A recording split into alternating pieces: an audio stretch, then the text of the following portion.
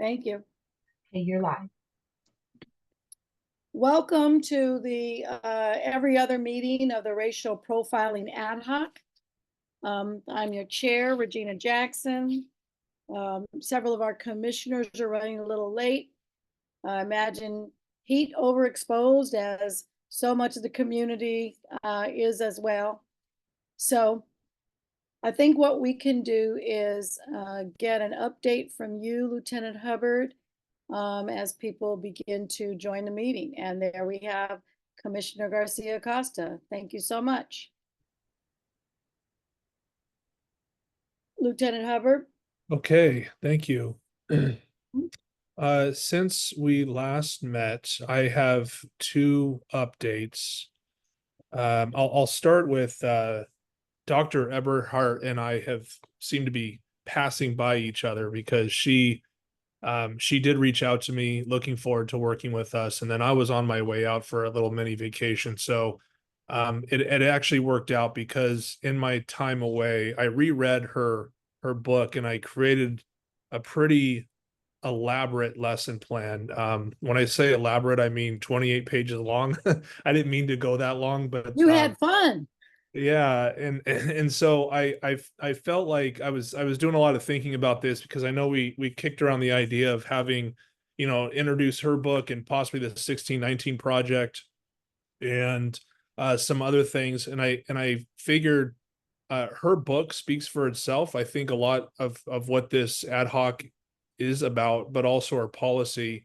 And so I really wanted to dive into that. And the reason why it's so long is as I read through the book, I wanted to write this in a way where I can give this lesson plan.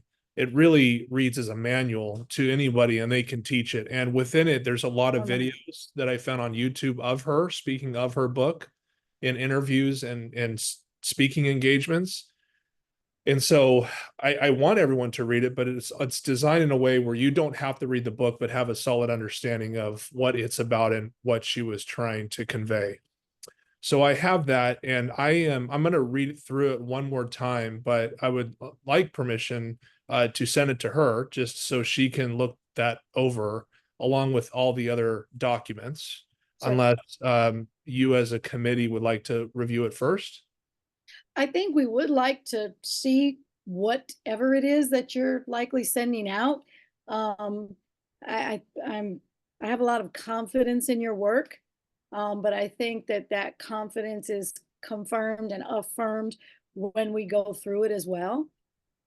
So I realize it's 28 pages, and I probably should have asked you to send that to us in advance, but we will go through it.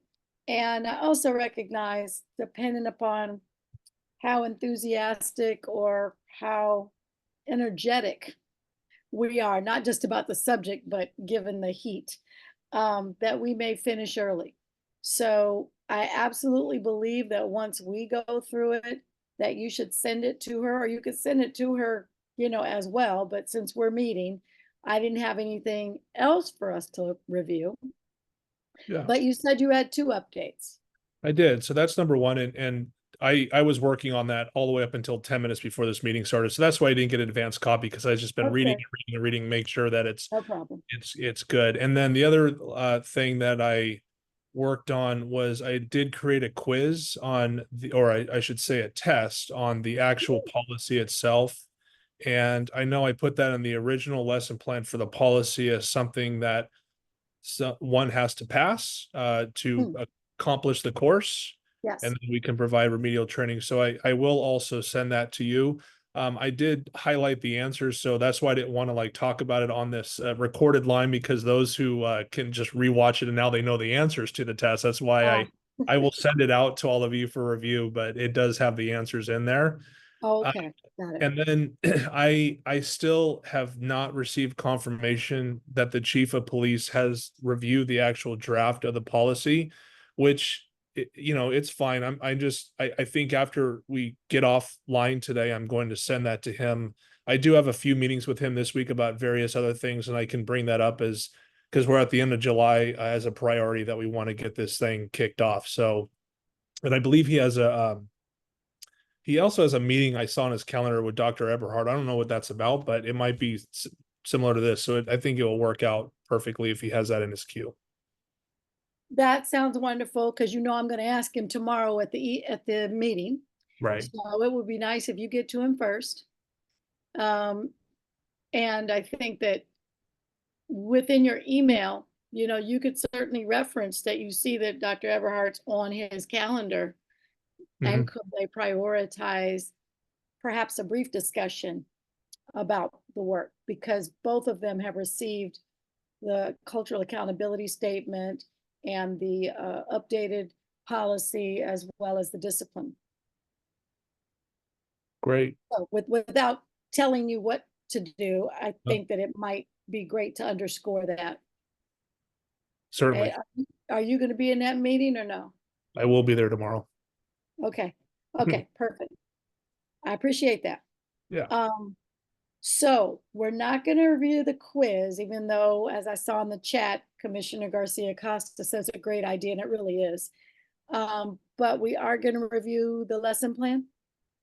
Yeah, I could certainly pull that up so you can get it. It's a lot to review, so I'll just kind of give you a glimpse. I think the majority of the time, if we do end early, would be reading that document because it's Okay. a lot to review. So Okay. let me But get I'm my also very excited, Lieutenant Hubbard, that you took the initiative to go reread the book, and clearly that inspired you.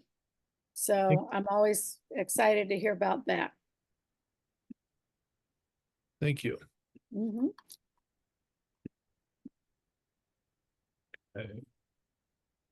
All right, can you all see my screen here? There's a lot going on this screen. I see a listing of the documents. I see I can't read it because the font's too small. Then I see lesson plan bias, Dr. Jennifer Eberhardt, and some gobbledygook words that I can't understand. Yeah, let me try this again. There we go. Okay. Okay. And that's even in a font size I can work with. Okay. Let me expand it just for my own self here. Okay. Perfect. So this I another reason why it's so many pages is because I just organized a little bit better again for I'm thinking about the future instructors who are going to be helping me with this initiative. But I created a table of contents just for easy access to everything. So we have the objectives, the duration, materials needed, teaching aids, lesson outline. This is the core of what we'll talk about tonight. Everything, and there's really 4 parts. And I only put this as 2 hours, but I probably will expand this because I didn't really time out the videos and how they they play into the timing of this. And then we have some handouts that I put in here. And then at the very end, I put some optional videos and reading. And I want to expand on this. I have a lot of examples in here, real life examples, like the Tamir Rice incident that happened in Cleveland. Yes. I'm looking for a good article that people can read on that, but I do have that in here as a discussion point. So basically, the objective of this lesson plan is specific to Dr. Eberhardt's book. And for the teaching aids, I have 4 videos that are all on YouTube, and they all surround Dr. Eberhardt. There's a lot of overlap there with some of the stories, but I still think it's good. And so I hope that I can actually play these in the class. And what my idea is, you play these in the class, there's a discussion, and people can digest it, etc. So the first part is the overview of the book. And again, this is the long form. So again, anyone can pick this up and read it. If no one knows what this book's about, they can review that and understand where she's going with it. And then I talk about the objectives of the lesson. Okay. And then part 1 is understanding implicit bias. I break this down of defining it and its significance. And then we go into the video that is by Dr. Eberhardt on YouTube. And then I have a summary of the video here that basically breaks down for the instructor everything that they need to talk about. So it's the definition of implicit bias, the key points of it, the roots and impact of implicit bias, to include origin stereotypes. There's a lot of references in this lesson plan of this, but Dr. Eberhard, if you ever read that story or heard her talk about her son when he was with her on an airplane, she talks about that. And then how implicit bias affects decisions in various aspects of life, to include home purchases, employment decisions, and social interactions and treatment of neighbors. Characteristics of implicit bias: skin color, age, weight, ethnic origin, accent, disability, height, and gender. She does go into that, which is really interesting. And addressing and overcoming implicit bias, blends in a positive note, changes possible, the approaches to that, and what the goal is. Some key takeaways that will just kind of sum up everything. We have 3 of those. And then for each of these videos, you'll see a common theme here. I have a post video discussion. So hopefully that we can open up to the class. Yes, go ahead. Yeah, I'm sorry. As you rolled down, when I thought about if you could scroll back up, the characteristics of bias. And one of the things that we don't list, and I don't know how to identify it, but we know it when we see it, is the religious bias. Great. Okay. Okay, perfect. Okay. Thank you. Okay. Post video discussion. So this is kind of the heart of each of these lessons. Just, okay, I gave the instructors all of this above to get this going in case they get, the blank stares. But key discussion from the video, they talk about the architecture of the brain, categorizes information form biases. That's in the video itself. Societal disparities, how it contributes to inequalities, and formation of biases, how our experiences and environments shape our unconscious attitudes. So that completes section 1. Section 2, examples and impact of implicit bias. This is 30 minutes, but I certainly want to expand this just because I really go into detail here of real examples. So these are real world examples. I have the Tamir Rice incident. I really talk a lot about that. I reread that entire case to include the DOJ response to it. Very interesting. And I remember when this incident happened, there was not a lot of talk about implicit bias and how it played a role. But since then, there's been a lot of talk. And I found that very interesting to connect those two together. Yes, ma'am. There's one more, well, actually 2 more things. When we talk about, perceiving him as a threat due to implicit biases linking Black individuals of danger, the same is true that they always seem to presume that we're older than we are. I mean, Tamir was 12. Yeah. Oh, you got it. Okay, I got it sorry. there. Yeah, adultification. Yep, I have it in there. Yeah. Excellent. Thank you. I guess we hadn't gone that far. Yeah, no, thank you for that. It was actually a very interesting reading. It kind of sent me down a rabbit hole also about that. And Yeah. that was very interesting. So I have a whole section on that. So I do talk about that. There's actually a good CBS 60 Minutes video on this. I actually probably want to include that also. I did that lesson years ago, and it just came to mind today about how and then I do talk about age misperception and adultification as it states here. And I really go through a whole discussion and articulation of what that is in case people don't know. This, I actually forgot the origin of this, but I believe it was a previous commission meeting where I was asked to come up with a training module just on this subject alone, and I still have that. It has not been rolled out. So this might be a good time to kind of merge those 2 things together, but that's where I got all this from. Yeah. Excellent. Okay, so that really goes into that, and I talk about Tamir Rice again through adultification, consequences of adultification, and then we're back to the Tamir Rice bias discussion, response to Black individuals,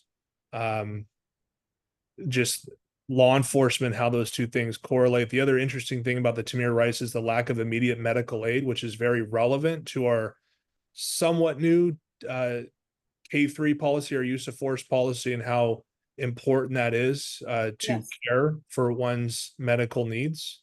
Yes. I'm going to talk about the legal and public response to that. and then training and policy changes that came about of that, and then just kind of wrap it up with how this all comes together. Yes. Next, I talked about the Philando Castile case out of Minnesota. Yep.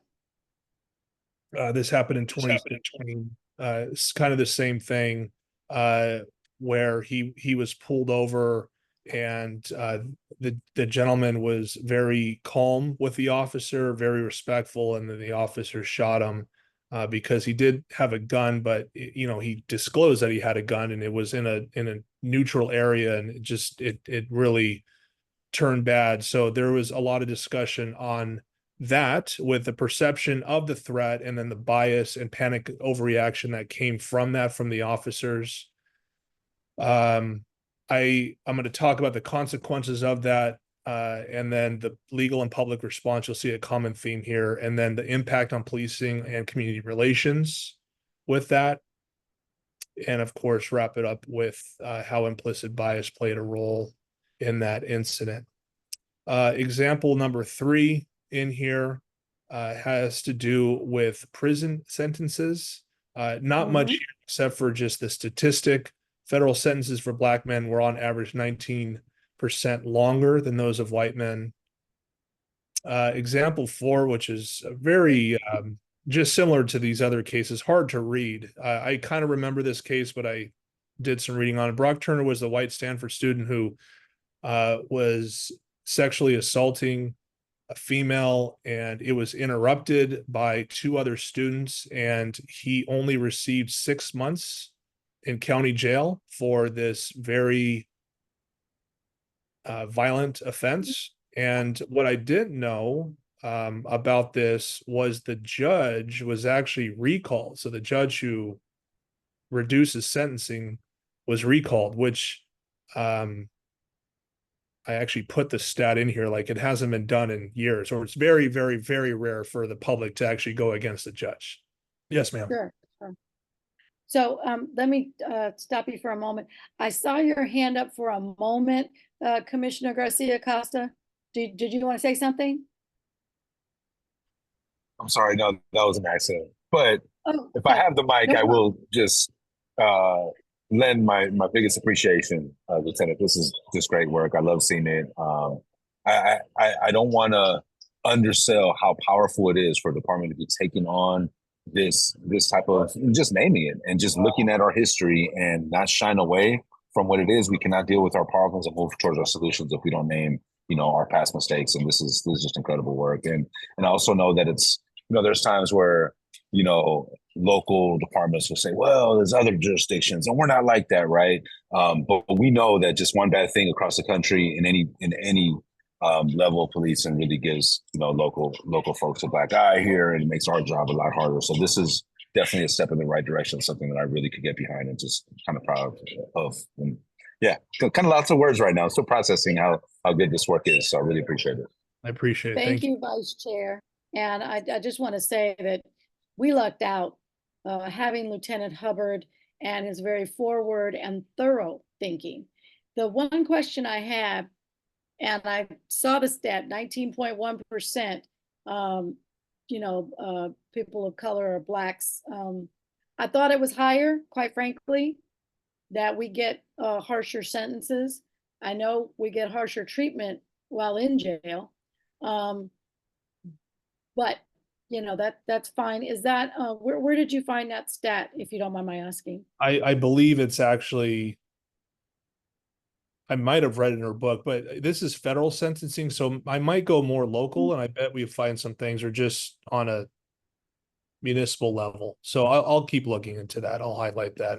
What you're doing is fabulous. I just know that it is quite a bit more, and 19% doesn't feel that much more, but I know it is. So I can appreciate that. And if when you meet with Dr. Eberhardt, she identifies state sentencing, or like you said, municipal sentencing, having a upward trajectory, it might be helpful to name that, because we are in a municipality and it is incumbent upon these officers to be sensitive to the fact that bias shows up inside. You know, this just happened last week, and I can't remember the woman's name, but they told her to raise her hand, and then the officer killed her. And she's the one that called the police Yeah. about someone, and then she dies. I mean, it almost feels like, oh my God, my head is like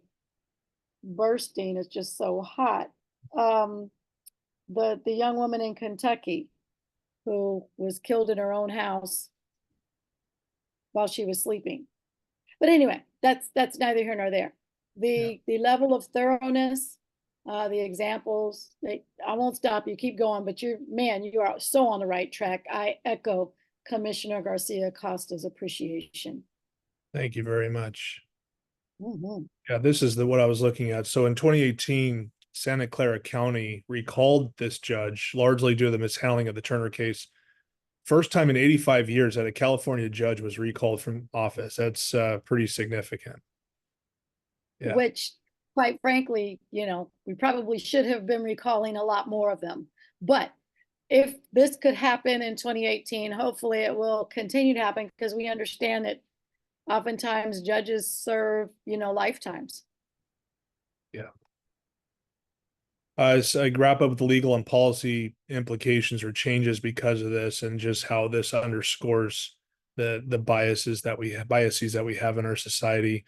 I move on to education, specific to teacher expectations and student performance. Example study in which teachers were given identical academic records of students, but with stereotypically Black or white names. Teachers had lower expectations for the students with Black sounding names, which impacted their engagement and support. I have these references written on all my notes somewhere else, so I do have to definitely include that in case people want to Yeah. read more about this.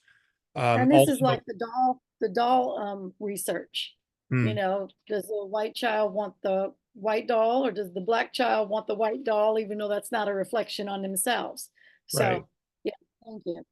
And then Oh, also, yeah, Peterson has joined us. I'm sorry. She's off camera. Thank you. the disciplinary actions in our schools also, there's definitely a difference there. Then we talk about workplace hiring practice and promotional rates. Studies where resumes with African American sounding names receive fewer callbacks for job interviews compared to identical resumes with white sounding names. Resumes use white sounding names.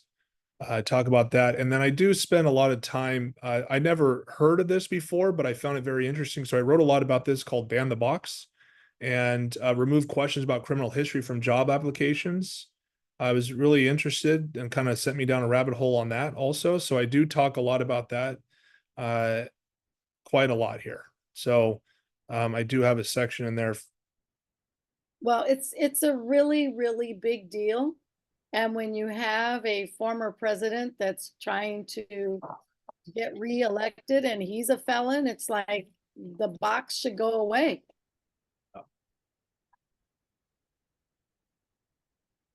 And Yeah. then, yeah, racial disparities in callback, excuse me, for jobs. And I give an example here. Mhm. Yeah, that's all pretty much the same. Behavioral economics, I do talk about that.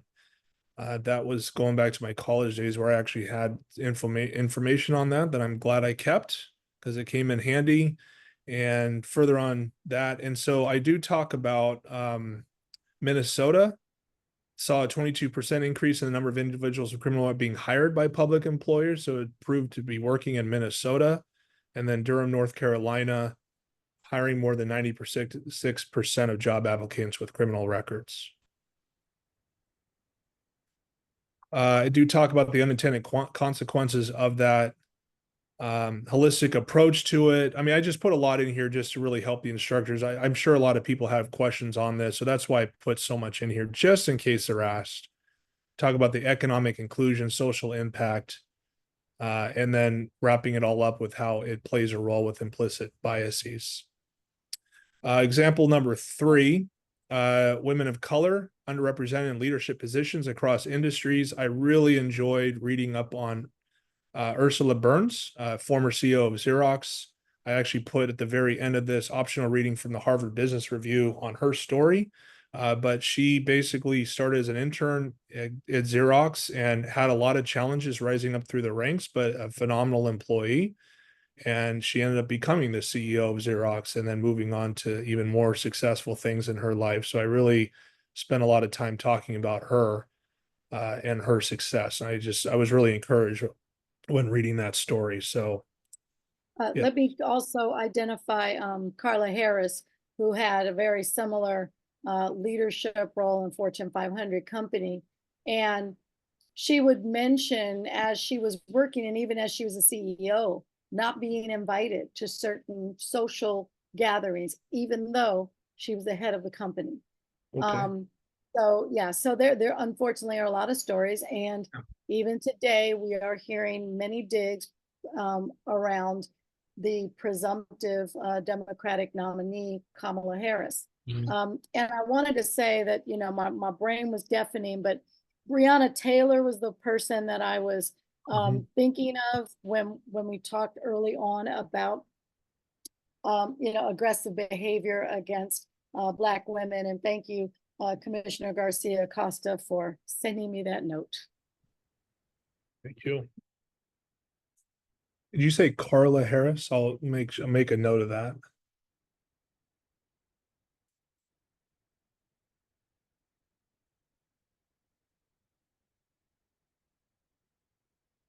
Second. Okay. All right. I talk a lot about her and the significance of that. There's a lot going on here. I'm trying to find my own video of that, or an isolated video of that story. Okay. And then I have a video called How Racial Bias Works and How to Disrupt It. Again, Dr. Eberhardt. There's again overlap with her story about her son on the plane, and some overlap just of what I already talked about, but pervasiveness of racial bias, research findings associated with that, data, teaching bias, categorization, excuse me, and how these decisions impact society. I do want to read more into this. Next door, and this is new to me, I never knew this. Implementing a checklist reduce racial disparity by 75%. I didn't know that there were issues with Nextdoor and just how, you know, neighborhood Oh profile. yeah. Yeah, and the checklist was new to me, and Yeah, how. people aren't aware of their bias, which is what you've Yeah. talked about. And so when they would point out that some suspicious looking person was coming down their street or knocked on their door, they perhaps were unaware how they were profiling. I actually stopped using it because it was just ridiculous. So Yeah, and the checklist, and I couldn't find the checklist. I'm sure I didn't look that hard, but once I do, it reduced it by 75%, which I found very interesting. right. So in the video, there is mention of us, and Dr. Eberhardt talks about how us adding intelligence-led questions to forms, which is what we talked about here in our policy, but also in our risk management meetings, reduced unnecessary stops, particularly of African Americans. So we have proven to be a success story there. And body worn camera, and we're partnering with her again. Technology has certainly advanced since the last time she came out with this book, but she did a lot of review of our body worn camera footage and just looking for implicit bias and behavior of officers just in their treatment of our community. There's actually, I know Chief Joshi has this, and it's, pardon me for forgetting, there's a software that actually AI can do this for us, where it just kind of combs through thousands and thousands of hours of footage, and it actually can pull out information of positive and negative interactions that officers have. And he uses that there, and it's a very interesting technology. I forgot what it's called, but it's very helpful for him. You said that Chief Joshi talked to you about it? Yes, Okay. he uses it in Alameda. It's a very, yeah, popular tool. Okay. A lot You of forgot agents. what it's called? I will look it up. I have it in my notes somewhere. But Okay, you don't want me to ask him? Because I was just gonna send him a oh, text. sure. I'm sure he can, but this is where we're talking about the machine learning. It can help officers understand interactions and train them. So even if the officers, for example, don't know that they're being curt with their language or how they address a Mhm. minority in our community versus a non-minority, this helps kind of extract that video to help them see side by side the difference. So it's interesting.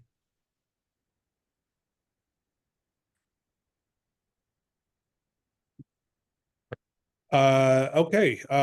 Moving on. We talk about unconscious bias, institutional changes in schools, courts, police departments. All this is in the video. And then Dr. Eberhardt's call to action to confront these issues. And the thing I do appreciate is from Dr. Eberhardt is she really makes everyone feel calm to know that everyone has this problem. It's not just a police problem, it's everyone. So, she really softens the mood and helps people feel more inclusive. But she says this is a societal problem, and it's deeply ingrained in all of us, and we do things unconsciously because of it. So she's really more about awareness and just like introspection to help our behavior. So I'm really hoping that the theme behind this is not pointing the finger like you're all bad people. It's just like, hey, we're all in this together. Let's identify ways that we're personally biased and what can we do to be more aware and fix it. Okay. And then after the video, there's we have a discussion just on how bias manifests itself in different sectors, not just the police department, but everywhere. And then the impact on those for individuals in the community.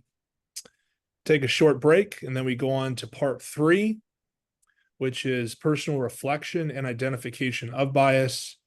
So I talk about, she does do this in the video, but this implicit association test, I'm still trying to understand it. She does a much better job explaining it than I do, but I do go into the description of that. It's a psychological tool designed to measure the strength of automatic associations between concepts in a person's mind. And she does a demonstration of this. So for example, in one round, participants might press one key if they see a word associated with quote black or quote bad word, and another key if they see a word associated with white or good word. In another round, the pairings are reversed, and the IAT measures the time it takes for participants to categorize the words with those images. So that's the basic summary of what it is, but how she describes it, of course, is a much more elaborate. So we do talk about that. I do show the video, and so there's a couple of examples within that video that's interesting to watch. And I have all these links here, so you all can click on it and watch it when you review this document. Iris from Los Angeles, Joy from Boston, and kind of go into that. Less exposure to faces of other races and personal environments, family, schools, etc. Neuroscientific basis. It gets really scientific, but again, I find it very interesting after watching that. But a lot of it has to do with just unconscious bias. It's like they don't know what they're doing. And then images of stereotypical roles, male police officer, reinforcing that bias.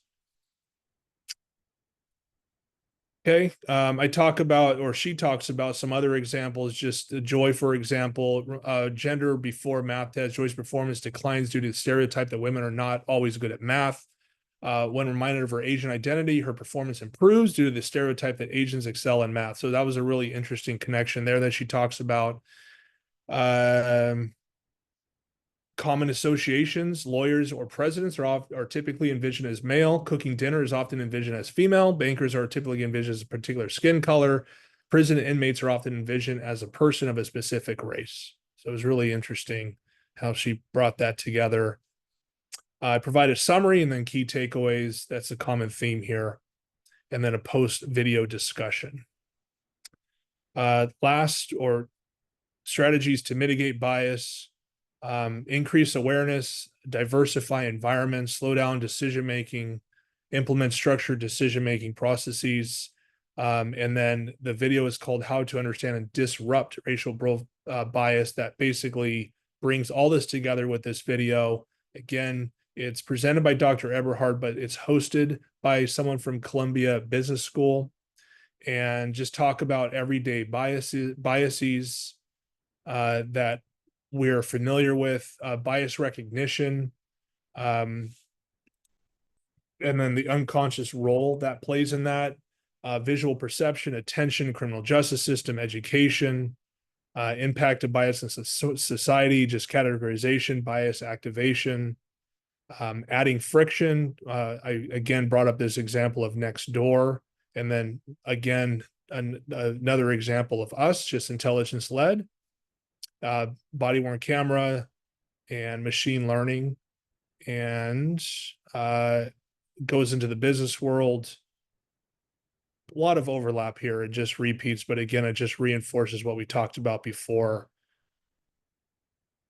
There's a post-video discussion, and there's also a conclusion of this. I will possibly put this later, because the reason why is, and this is just an idea I was kicking around, is like I said, a lot of what Dr. Eberhard states in her book and the videos is just there's a lot of introspection that needs to happen. And there's, I think, a lot of, I know this is going to be a lot personal for people, and they're probably going to feel uncomfortable, but there's a lot of like personal work that goes into this about, okay, what is implicit bias? We defined it. How is it formed? We talk about it. Impact on society. Okay, we're going to nail that. And then the personal reflection exercise, I think, is going to be critical, because we all kind of catch ourselves in these moments of having these biases. And really, one needs to know, what stereotypes do I hold? How do my biases influence my interactions with others, etc.? I know some people are going to be hesitant to write this down, but I really hope that we can spend some time where people can do this exercise to really, based on what they learned, have a real discussion really with themselves. Yeah. And then we'll finish up with strategies to mitigate bias. A lot of it has to do with just education and open conversation about it. Talk about backgrounds, cultures, and experiences. I always enjoy hearing police officers talk about their interactions with the police, and maybe even, relevant to now, just discipline and also promotional opportunities based on who they are. And I like those open conversations. So hopefully we can open up about that. Again, there's discussion questions. What examples of implicit bias have you noticed in your own life? How can we apply the strategies discussed in our daily interactions? And then what challenges might we face in addressing our biases, and how can we overcome them? The very end, I have optional videos and readings. So this is a longer video. This is 30 minutes, but it's Dr. Eberhard, just understanding bias. So it kind of summarizes everything and really her whole book. And then discussing her book Bias, I have that here. And then finally, I have the article, I'm Here Because I'm As Good as You. This is the Harvard Business Review article that's really good about the Xerox CEO. So that's a lot, I know, and it's probably going to be longer than 2 hours. So my goal was to have this as an introduction to then a lesson plan for the policy. And if I can even expand this to have even a guest speaker like Dr. Eberhard or someone else that she picks, or any of you, that would be fantastic also. But I'm hope to kind of wrap this up and give this all as a package to everyone to get final approval for.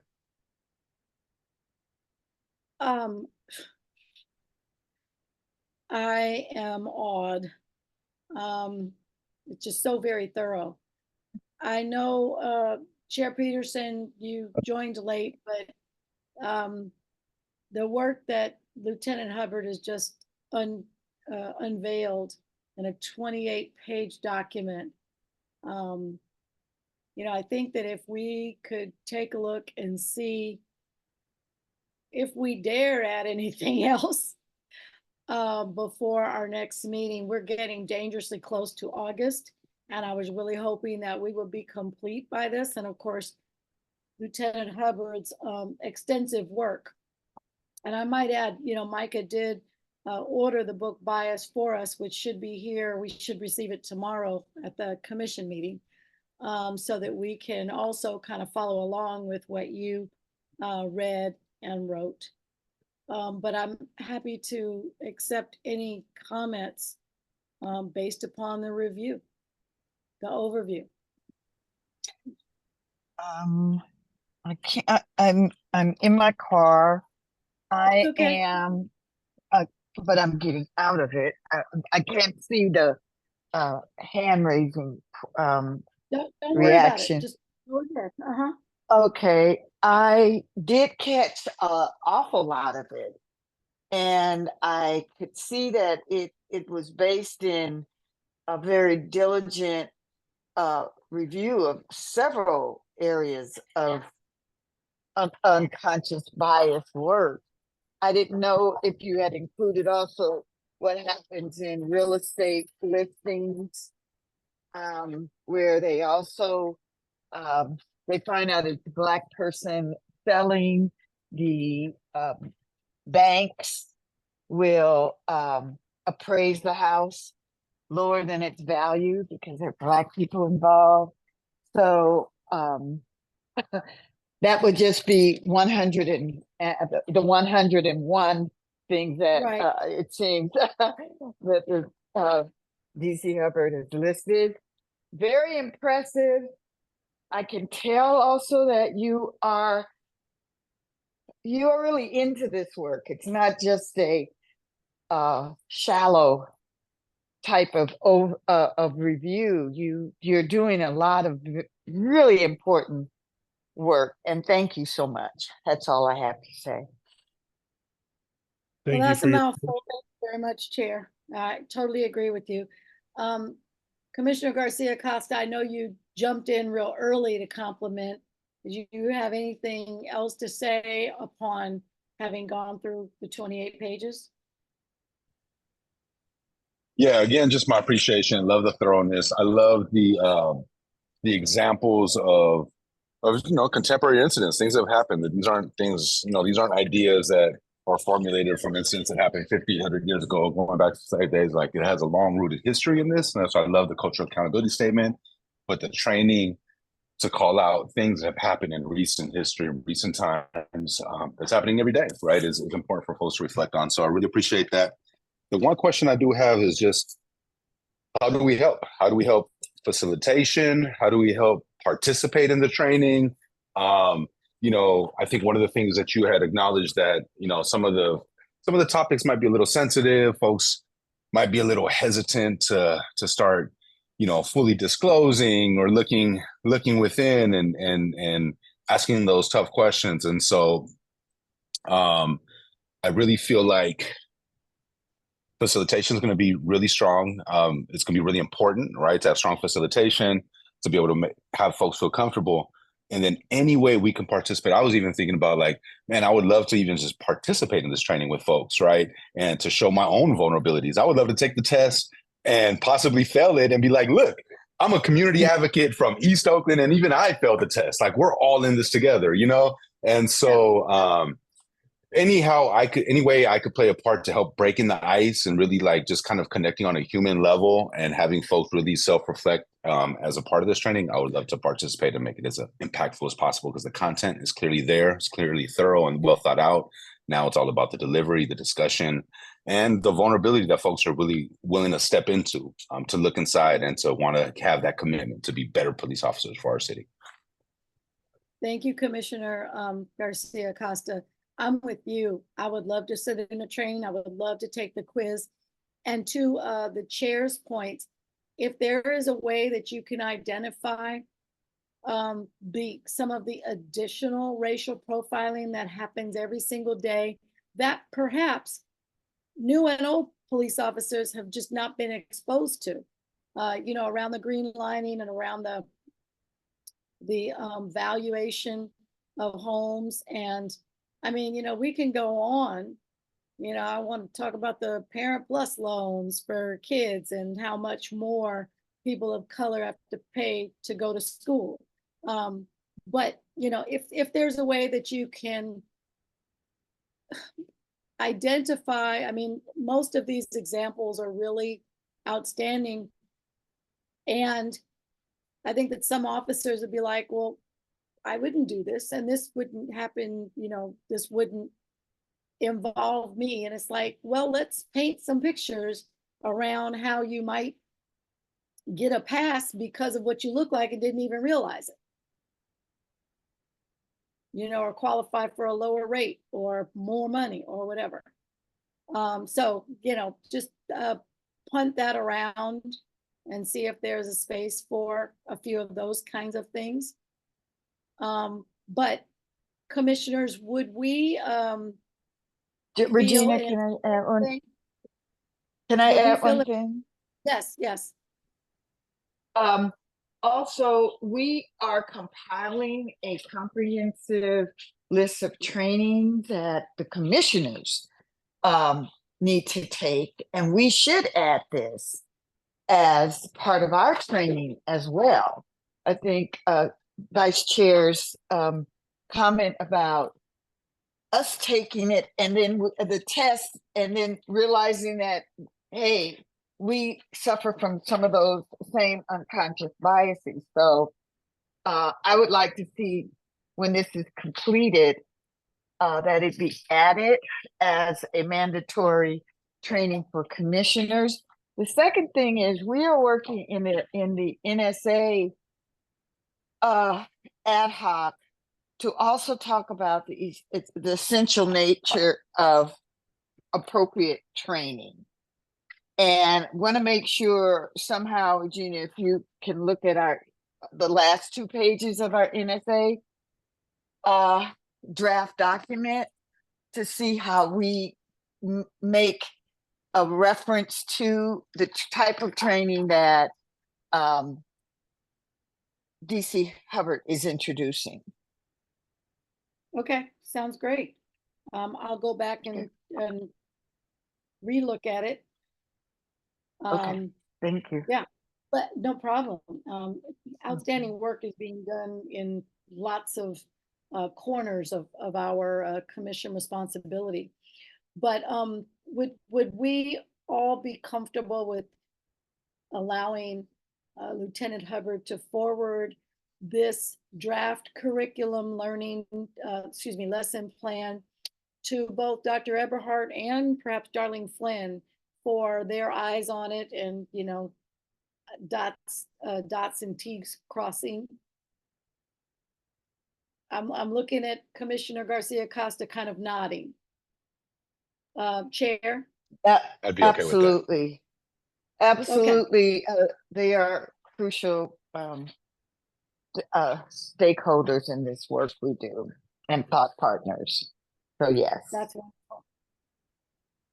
That's all wonderful. Thank you. With that, I think we might be finished with this meeting. Lieutenant Hubbard, you didn't have anything else, right? Wait a minute now. Lieutenant Hubbard, are you now Lieutenant and not DC Hubbard? Yes. So when oh Mendoza Lord. came back, he got bumped. There will be an opportunity. I can feel it because you are Deputy Police Chief Material. You're Chief Material. Thank you. Everything was made whole. It's great. I'm glad she's in the seat she is. She's doing a great job. And you all have experience. Okay. So, yeah. Thank you. Okay. Yep. Well, if this is kind of wrapping up, I'm going to jump on off because I just walked in the house. Not a problem. Okay. Commissioner Garcia Costa, we're good to go. We're going to give you all Quite dandy. 36 minutes back. So reclaim your time, get a cold shower, get in the pool, be under a fan.